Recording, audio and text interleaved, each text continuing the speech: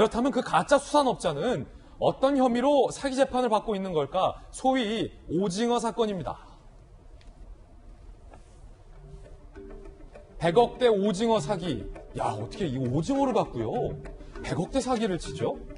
참 놀랍습니다. 법정에서 웅크리고 침묵했다. 한국일보 보도 내용입니다. 어제 3차 공판에 출석했는데 변호인 이모 씨 옆에 앉아 있었다. 근데 그 이모 씨가 조금 전에 나왔던 특검팀 특별수사관 출신 박영수 렌트비 전달자라는 거예요. 몸을 웅크리고 고개 숙인 채 침묵. 변호인 이모 씨는 사기 사건일 뿐 게이트는 아니다. 그러니까 수산업자가 사기친 건 맞다. 하지만 정관계 게이트나 협박 공갈 같은 건 없었다. 라고 부인을 하고 있는 상황입니다. 변호인의 이야기 한번 들어보시겠습니다. 죄송합니다. 드릴 말씀이 별로 없고요. 동원된 거 사실 맞나요? 앞으로 어떤 의견 밝히실 줄이라도 좀 말씀해 주시면 안 될까요? 오늘 재판장에서 다 말씀드렸고요. 그런 절차에 따라서 진행될 겁니다. 사회적으로 관심이 많은 사건이라고 저는 알고 있습니다만, 어쨌거나 지금 저는 사기 사건 담당해서 진행하고 있는 변호인에 불과하고요. 지금 보신 이 변호인, 이재명 기자, 그 변호인입니까? 박영수 특검팀의 특별수사관 출신 맞습니까? 그리고 박영수 특검이 250만 원을 가짜 수산업자에게 렌트비, 그걸 전달해준 그 변호인, 이 변호인 맞습니까? 그렇게 지금 알려지고 있죠. 그러니까 이 변호인이 박영수 특검팀에서 특별수사관을 일했고, 그러다 보니까 이제 박영수 특검이 지난해 이 가짜 수산업자 소개해주면서 회사의 법률 자문 같은 거 해줬다고 합니다. 그러다가 이제 올해 3월에 경찰이 수사에 들어가자, 그리고 변호인으로 지금 참여를 하고 재판을 같이 이제 변호사로 참여를 하고 있는 건데, 글쎄요, 좀 아까 전에 말씀드렸지만, 특검팀에 참여했던 특별수사관입니다. 그야말로 국정농단 사건이라는 것이 현직 대통령 탄핵이라는 초유의 이제 일로 귀결됐고, 그것이 결국 이제 부정부패의 척결의 어떤 상징적인 기구였는데, 지금 저 변호사도 사실은 물론 이제 사기 사건일 뿐이지 게이트가 아니다 이렇게 얘기를 하고 있지만, 굉장히 어떻게 보면 할 말이 별로 없는 게 아닌가 이런 생각이 들고. 그러면 사기 혐의에 대해서 인정을 한 거네요? 그렇죠. 그러니까 7명에게 116억 원의 사기를 친 부분, 어제 법정에서 대부분 다 인정을 했습니다. 다만 어제 법정에서 논란이 됐던 거는 조폭을 동원해서 본인에게 돈을 달라는 사람들이 협박했다, 이런 부분은 인정하지 않았지만, 기본적으로 배가 없었죠. 배가 없는데 마치 배에 투자라면 배가 잡아오는 선동 오징어라고 합니다. 배에서 바로 급내시킨 오징어에 대한 그런 이익금을 나눌 수 있다, 이렇게 인제를 해서 7명에게 116억을 받은 건데. 아니, 이게 그러니까 형님 투자하면 오징어 많이 잡히니까 몇 배로 이익이 남습니다. 그런데 오징어가 안 잡혔네요. 이게 아니라, 오징어가 안 잡혔네요가 아니라 오징어 잡을 배도 없었다고요. 배가 없었죠. 완전 사기네요. 그래서 사실은 왜 이 수산업자가 경찰서장을 접촉했냐면, 본인이 배가 있는 걸 보여줘야 되지 않겠습니까? 예. 그래서 배를 2대를 다른 사람한테 빌리려고 했습니다. 그런데 오히려 예. 이 사람한테 사기를 당합니다. 이 사기꾼이.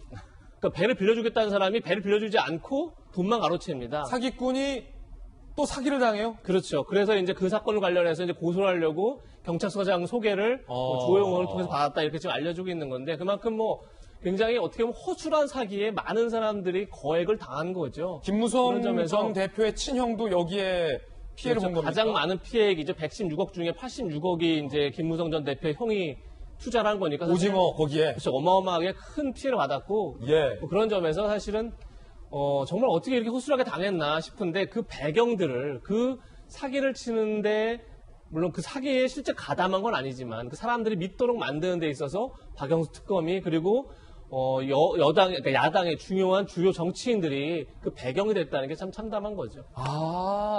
이재명 기자 얘기 듣다 보니까 조금은 이해돼요. 아니, 배도 없는데 적어도 몇십억을 투자하려면 가서 배는 보고, 한번 오징어 배도 타보고, 이게 잘 잡히는지 오징어 금냉도 한번 보고서 투자할 것 같은데, 이걸 보지도 않고 어떻게 사기를 당한가 싶었는데, 그 주변에 박영수 특검도 있고 특검팀의 특별수사관도 있고 주르르 포진되어 있으니 배도 안 보고 투자할 법했다. 라는 이 기자의 추측입니다. 강력계 형사 출신의 감이 여기서 필요한데, 아무리 그래도 오징어 잡이 배는 보고 투자해야지. 김무성 전 대표의 친형은 그 배도 안 보고 어떻게 투자했습니까?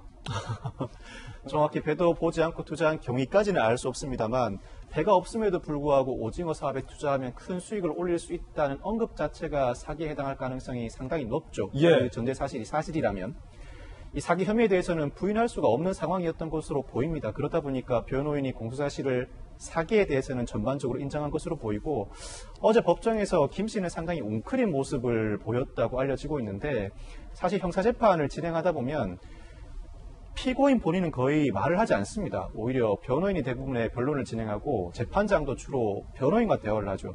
꼭 피고인 본인에게 물어봐야 할 질문이 있을 때만 질문을 하고 그 답을 듣게 되는데 이 사건에서 김 씨는 기본적으로 피고인으로서 할 말이 거의 없을 뿐만 아니라 이 사건, 특히 자신이 연루된 여러 로비 의혹 사건들이 세간에 화제가 되고 있다는 사실을 본인도 익히 인지하고 있을 것입니다. 수감돼 있다고 하더라도.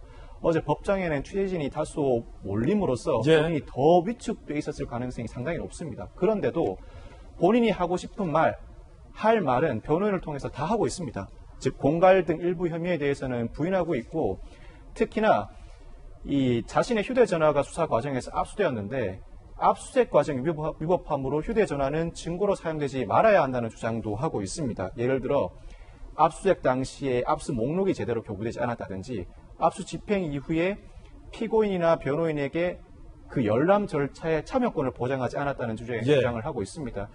사실 전반적으로 인정하고 있다고는 하지만 하고 싶은 주장은 충분히 다 하고 있고 사실 이 부분은 그 휴대전화에 담긴 내용이 로비 의혹으로 번져나가고 있기 때문에 예. 만약 이 휴대전화가 증거 능력이 없어서 사용되지 못한다면 로비 의혹에 대한 수사도 상당히 제동이 걸릴 수밖에 없습니다. 그렇지만 증거 능력이 없다는 주장은 변호인 측의 아직까지는 일방적인 주장이기 때문에 그 당부는 재판부의 판단으로 남겨져 있습니다. 아니 그러면 결국에 박영수 특검이 뭐 박근혜 전 정부와 최순실 씨와의 혐의 등은 잘 파헤쳤을지 몰라도 이렇게 허술한 오징어 사기꾼의 정체는 정작 꿰뚫어보지 못했다라는 얘기가 되는군요. 야, 이럴 수도 있군요.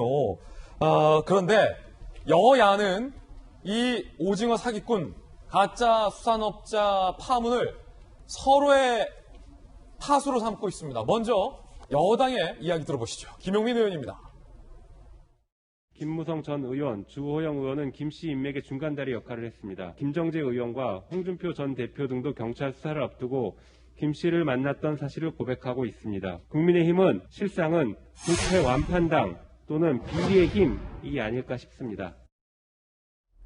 자, 먼저 볼 것은 여당 김용민 의원의 공세입니다. 박정하 전 대변인. 네. 그 중심에 김무성, 주호영이다.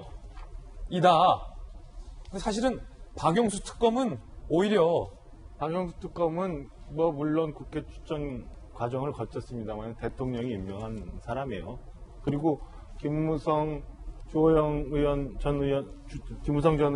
주호영 의원 얘기 나옵니다만은 박지원 국정원장 얘기도 나와요. 그러니까 뭐 제가 김무성 전 의원이나 주호영 의원이 이 사건에 깊이 연루돼서 정말 저 사기꾼 수산업자가 사기를 치는데 핵심적인 역할을 했다. 그럼 저라도 먼저 나서서 정치 그만두시거나 탈당이라도 하시라고 말씀드리고 싶어요. 그렇지만 아직 확인 안 된 거고 최소한 대한민국의 모든 사람이 그 두 정치인에 대해서 지금 비난을 할 수는 있지만 저는 최소한 민주당 그리고 청와대는 못한다고 봐요.